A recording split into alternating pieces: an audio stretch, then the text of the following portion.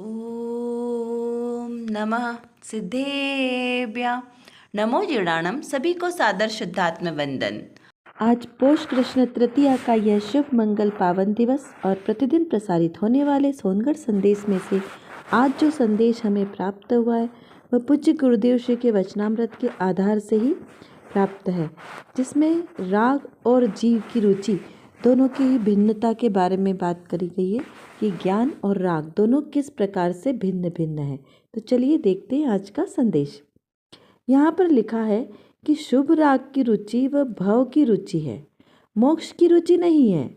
जो मंद कषाय में संतुष्ट होता है वह अकषाय स्वभाव ज्ञायक को जानता नहीं, उसका पता नहीं है। पूज्य गुरुदेव श्री पुकार पुकार कर कहते हैं कि ज्ञायक का आश्रय करके शुद्ध परिणति प्रकट कर वही एक पद है, से सब अपद है। देखिए यहाँ पर एकमात्र गायक की रुचि की बात है, मुख्यता से कही है। क्यों? क्योंकि एक गायक को जानना, गायक में ही निमग्न होना, उसी की रुचि रखना, उसी की लीनता रखना, यही तो एक कार्य है। बाकी तो कोई कार्य करने योग्य ही नहीं है। हम अभी तक क्या करते हैं? संसार के पदों की इच्छा रखते हैं कि हमें कोई सा पद मिल जाए। जब बच्चा छोटा है तो वह एक क्लास से दूसरी क्लास में जाकर और उस क्लास में होने के लिए पढ़ाई करता है ना। जैसे अभी मान लो वो 10th क्लास में, तो उसे 12th में जाना है, तो 12th क्लास में जाना ये भी तो एक पद है ना, ये भी संसार का पद है। फिर और भी अगर कोई ऑफिस में है, अगर छोटे पद पे है तो उसे और बड़ा प्रमोशन चाहिए, बड़ा पद चाहिए, बॉस की कुर्सी चाहिए, जिसके पास वो भी आ गया तो और उससे ऊंचा पद चाहिए। मतलब संसार में जितने भी जो कैटेगरीज है उसमें सबसे ऊंचा पद की चाहना करता है प्रत्येक जीव, क्योंकि सबको इच्छा तो ऊंचा बड़ा बनने की है ना। लेकिन कभी किसी ने यह नहीं सोचा कि हमें इसके अलावा भी कुछ और है जो हमें चाहिए। वो मोक्ष पद, वो अरहंत पद, वो सिद्ध पद, आचार्य पद, ये भी तो एक पद है ना। तो इन पदों की इच्छा नहीं होती। अच्छा देखो, अब लौकिक में हम आचार्य पद की तो इच्छा हो जाती है। बहुत सारे लोग सोचते हैं जो संसार से थोड़े बहुत, तो जिनको वैराग्य या बोलते हैं कि वैराग्याभास होता है, तो वो क्या करते हैं, मुनि व्रत धारण कर लेते हैं। तो भी अंतर में इच्छा क्या होती है कि आचार्य कब बने। तो ये जो है ना, ये पद भी संसार में भटकने के कारण है। तो जो जीव अपनी, जिसको आत्मा की रुचि होती है ना, वो ये पद प्राप्त होने पर भी उसमें आसक्त नहीं होते। जैसे जो आचार्य होते हैं, वो आचार्य बनकर उनको बहुत गर्व फील नहीं होता अंदर से, उनको वो भी भार लगता है, भार स्वरूप लगता है। तभी तो जब उनको समाधि मरण संलेखना लेनी होती तब क्या करते, वो अपना आचार्य पद छोड़कर अपने संघ के दूसरे शिष्यों को अपना पद दे देते हैं, और वो स्वयं क्या करते हैं, किसी दूसरे संघ में जाकर एक छोटे से मुनि बनकर अपनी साधना करते हैं। क्यों? क्योंकि वो अपद है, उसको अपद जाना। केवल ज्ञानी अपने समौ शरण में उस जो केवल ज्ञान की विभूति है उससे आसक्त नहीं होते, उस केवल ज्ञान में ही टिके नहीं रहते कि मेरे को बहुत केवल ज्ञान हो गया तो बहुत अच्छा हो गया। वो उसको भी अपद जानते हैं और उससे भी रहित अपनी शुद्धात्मा का विचार करते हैं, तब जाकर उनको केवल मोक्ष की प्राप्ति होती है ना। यदि वो अरहंत अवस्था वाले अरहंत के पद में ही अगर अटके रहें तो कभी सिद्ध बन ही नहीं सकते। और जिस सिद्ध है वो तो कैसा है, अपद है। कहने में सिद्ध पद आता है, लेकिन वहाँ पर पद की कोई इच्छा ही नहीं, क्योंकि शरीर ही नहीं है। जब तक शरीर रहेगा तब तक इस प्रकार की इच्छा बनी रहेगी, और जब शरीर नहीं है, राग की अवस्था है, नहीं रहेगी, तब आपको कोई इच्छा भी नहीं रहेगी। क्योंकि जो राग है वो तो क्या है, इच्छा का कारण है। इच्छा होगी तो राग उत्पन्न होगा, राग रहेगा तो इच्छाएं और बढ़ती जाएगी। तो इस प्रकार की जो शुभ राग की रुचि है वह भी कैसा है, मोक्ष की रुचि नहीं है, संसार की रुचि है। और इसमें हमें संतुष्ट नहीं होना है। संदेश का आशय क्या है कि शुभ राग में ही संतुष्ट नहीं होना है कि हमने बहुत प्रवचन सुन लिए, बहुत ज्ञान हो गया और बहुत हमने शास्त्र स्वाध्याय कर लिया, बहुत पूजा पाठ कर लिया, अब हो गया, इतने में हमारा, हमने बहुत धर्म ध्यान कर लिया, बहुत धर्मात्मा हो गए, व्रत आदि ग्रहण कर लिए, है ना। तो ये व्रत आदि ग्रहण करके अपने आप को धर्मात्मा मान लिया, ये सब मोक्ष की रुचि वाले पद नहीं है। क्यों? क्योंकि ये सब मंद कषाय के कारण है। और इसके अलावा मंद कषाय से भी रहित होना, यानी क्या, कषाय से रहित होना, यानी अकषाय स्वभाव। तो अकषाय स्वभाव तो मेरी आत्मा का ही है, आत्मा में कषाय भाव नहीं है ना, तो आत्मा का ही अकषाय स्वभाव है। तो वो कैसे पता चलेगा, जब अपनी रुचि ज्ञायक पर टिकेगी। तो एकमात्र जो ज्ञायक को जानता है वही अकषाय स्वभावी है। तो गुरुदेव श्री क्या कहते हैं कि भाई जो कषाय में लिप्त है उसको तो अपने अकषाय स्वभाव का भान ही नहीं है, इसलिए तुम सब कुछ छोड़कर एकमात्र अपने निःशुद्ध परिणति, अपने ज्ञायक की रुचि करो, तो वही एक पद है। और उसके अलावा संसार में जितनी भी वस्तुएं, एक एक चीज़ों को लगा लेना, सभी कैसे हैं, अपद है, किसी भी प्रकार से कार्यकारी नहीं है, सब छोड़ने योग्य है। इस प्रकार इस संदेश का सार है। चलिए अब देखते हैं आज की रत्न कणिका में कौन सी विशेष बात यहाँ पर आई है। यहाँ पर श्रोता ने प्रश्न किया है कि ज्ञान में राग तो जाना जाता है, फिर भी ज्ञान में राग एक में हो जाता है, ऐसा क्यों लगता है। देखिए यहाँ पर क्या हुआ, भ्रम हुआ। ज्ञान और राग दोनों अलग अलग है या भिन्न भिन्न है ना, क्योंकि जो अज्ञानी जीव है उसे दोनों को पकड़ में नहीं आ रहा है कि ज्ञान और राग जो है दोनों अलग अलग है। वो कैसा जान रहा है, दोनों को एक में ही जान रहा है। अज्ञानी जीव शरीर और आत्मा को भिन्न भिन्न नहीं जान पाता, कोशिश करके भी नहीं जान पाता, वो दोनों को एक में एक ही जान रहा है। चाहे वो कहने में उसके आ रहा है कि शरीर भिन्न आत्मा भिन्न, लेकिन फिर भी उसकी जो अंतर में ना, उसके बोलते हैं इनर माइंड में, वो दोनों को एक ही जान रहा है। इस प्रकार भ्रम उत्पन्न हो रहा है।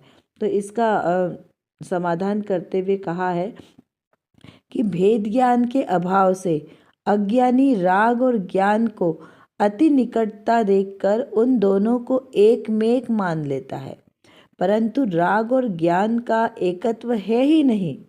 कितनी अच्छी बात कही यहाँ पर कि जो अज्ञानी जीव है, जिसको भी भेद ज्ञान की प्रैक्टिस नहीं है, तो वो क्या करता है, ज्ञान और राग दोनों को एक साथ ही जान रहा है, एक में एक, क्योंकि वो बहुत ज़्यादा निकट है ना। जैसे मेरा शरीर और आत्मा, ये एग्जाम्पल हमें बहुत जल्दी समझ में आता है ना। शरीर और आत्मा दोनों कैसा है, बहुत निकट है, यानी एक क्षेत्र होगा, एक ही क्षेत्र में रहने वाले, तो उसके कारण हमें दोनों में भिन्नता पता चलती है क्या, नहीं पता चलती ना। कि हम सोचते कि अरे मैं बोलूँ कि शरीर में नहीं, मैं अलग हूँ, शरीर अलग है, तो क्या दो अलग अलग चीज़ें ऐसे चलती हुई नज़र आ रही है हमें क्या। हम ऐसे कल्पना करते हैं कि दोनों हमें भिन्न आँखों से दिखनी चाहिए, तो हम मानेंगे कि ये भिन्न है। तो ये इतनी सूक्ष्म बात है जो आँखों से नहीं दिखाई देगी, क्योंकि आँख भी तो पुद्गल है ना। आँख भी क्या है, शरीर का ही एक चिन्ह है, शरीर को पहचानने के चिन्ह है। 5 इंद्रियां क्या है, इस शरीर के चिन्ह है ना। तो इनसे अपनी आत्मा को कैसे जानेंगे। दो द्रव्य ही भिन्न भिन्न है, तो दोनों को एक में एक अगर हमेशा करके मानेंगे तो हम उसे कभी देख ही नहीं पाएंगे, क्योंकि आत्मा बहुत सूक्ष्म चीज़ है जो अतीन्द्रिय स्वभावी है, अरूपी है। तो उसको आप इंद्रिय ज्ञान से कैसे जानोगे, वो तो अतीन्द्रिय ज्ञान से जानने वाली चीज़ है। तो आंखें हैं, माना आपको देखने में निमित्त करती है अभी आंखें वर्तमान में, क्योंकि वर्तमान में शरीर का आश्रय लेंगे तभी तो ज्ञान हमारा काम करेगा ना। अगर शरीर का आश्रय नहीं है तो ज्ञान तो आत्मा में भरा पड़ा है, लेकिन वो कैसे देखेगा, क्योंकि ज्ञानवान स्वयं है, उसको रहने के लिए संसार में तो कोई ना कोई अवलंबन चाहिए। अकेला आत्मा तो रह नहीं सकता, क्योंकि अकेला आत्मा तो इस संसार में 1, 2 या 3 समय ही रहता है। कब, जब वो विग्रह गति में जाता है, एक शरीर को छोड़कर दूसरे शरीर को धारण करता है, तो सिर्फ उतने से ही समय में वो रह पाता है, बाकी तो वो रह नहीं सकता ना संसार में। और अभी हम संसार से मुक्त तो हुए नहीं है, क्योंकि कर्मों का हमारे वो साथ बंधन है।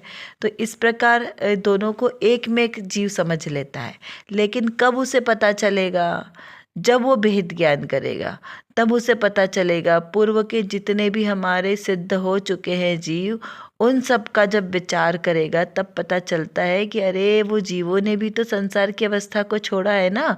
तो यानी दोनों भिन्न भिन्न थे, तभी तो वो अलग हुए हैं। दूध और पानी अनादिकाल से एक में एक ही अवस्था में प्राप्त होते हैं। जिस प्रकार शरीर और आत्मा एक साथ आता है, वैसे ही दूध और पानी भी तो एक साथ ही मिले होते हैं। किसने पानी में दूध मिलाया या दूध में पानी मिलाया, वो सहज ही मिलकर आते, लेकिन फिर भी दोनों भिन्न भिन्न है ना। जब पनीर बनाते हैं तो उसी दूध में से पानी अलग और दूध अलग हो जाता है ना, तब हमें पता चल जाता है ना कि इसमें कितना पानी मिला है। वैसे ही ये संसार में जब जीव चला जाता है तब पता चलता है कि देह अलग थी और आत्मा अलग है। तो ये हमें प्रति समय इसका हमें विचार करना है, हमारी प्रतीति में, निर्णय में आना चाहिए कि ये शरीर अलग है और मेरा आत्मा अलग है। क्योंकि मेरा आत्मा ज्ञानवान है ना, और शरीर तो कैसा है, जड़ है। तो इस प्रकार ये दोनों एक में एक नहीं है, इस प्रकार से जानना है। और जो अज्ञानी जीव होगा वो क्या करता है, दोनों को एकत्व ही करके मानता है। तो यहाँ पर अज्ञानी जीव की ये मिथ्या मान्यता है कि वो ज्ञान और राग दोनों को एक में एक मानता है। लेकिन ज्ञानी जीव क्या करता है, ज्ञान और राग को भिन्न जानता है। और जिस समय उन्होंने इस भिन्नता को अपनी अनुभूति में ले आए ना, परिणति में ले आए, तो बस वही केवल ज्ञान की दशा आ जाती है। वही आत्मानुभूति है, परिपूर्णता, और वही अनंत अवस्था है, और धीरे धीरे वही सिद्ध अवस्था में परिणत हो जाती है। तो इतना आपको समझ में आया। अभी हम कुछ प्रश्नों के माध्यम से और चिंतन की धारा को बढ़ाएंगे। भव की रुचि और मोक्ष की रुचि दोनों में क्या क्या भिन्नता है? भव की रुचि वाला जीव क्या करता है और मोक्ष की रुचि वाला जीव क्या क्या करता है? जो मंद कषाय में संतुष्ट है वो आत्मा के कौन से स्वभाव को नहीं जानते? पूज्य गुरुदेव श्री ने बारंबार कौन से पद की प्राप्ति की बात कही है? राग और ज्ञान से किस प्रकार भिन्नता है? बहुत विचार करने पर भी ज्ञान और राग एक में क्यों दिखाई देते हैं? हमारी भूल कहाँ होती है जो हमें राग और ज्ञान दोनों भिन्न दिखाई नहीं देते? इस प्रकार से हम जितना विचार करेंगे, जितना चिंतन मनन करेंगे, उतनी ही हमारी भेद ज्ञान करने की जो ताकत है ना, वो प्रकट होगी। और हमें अभी पहले में पहला कार्य क्या करना है? भेद ज्ञान करना है। भेद ज्ञान किससे? मेरे इस शरीर से और आत्मा से। जिस शरीर को मैंने अपना मान के रखा है ना, ये मेरा अपना नहीं है, ये तो परद्रव्य है। मेरा स्वद्रव्य मेरा निज शुद्धात्मा है, और उसे समीचीन अच्छी तरीके से जानकर उसका ही रूप परिणमित होना, उसी रूप परिणमित होना, वही एकमात्र मेरे लिए कार्यकारी कार्य है, सुख का साधन है। चलिए, आज की कक्षा का समय हमारा पूर्ण होने को आया है। आशा करती हूँ आपको यह सब अच्छी तरीके से समझ में आ गया होगा। यदि कुछ नहीं समझ में आया हो तो आप ज़रूर हमसे कमेंट बॉक्स में लिखकर पूछ सकते हैं। और जो विषय आज हमारे सामने हुआ, इसको बारंबार चिंतन करते रहें, जिससे हमारी दृढ़ता मजबूत हो। और इसी प्रकार सम्यक श्रद्धा के साथ जो भी हम क्रिया करेंगे वही हमारे लिए कार्यकारी होगी। अतः सम्यक दर्शन, सम्यक ज्ञान और सम्यक चारित्र के साथ हम भी अपने ऐसे रत्नत्रय को प्रकट करें, सच्चा श्रद्धान करें। इसी पवित्र शुभ भावनाओं के साथ आप सभी को सादर जय जिनेंद्र।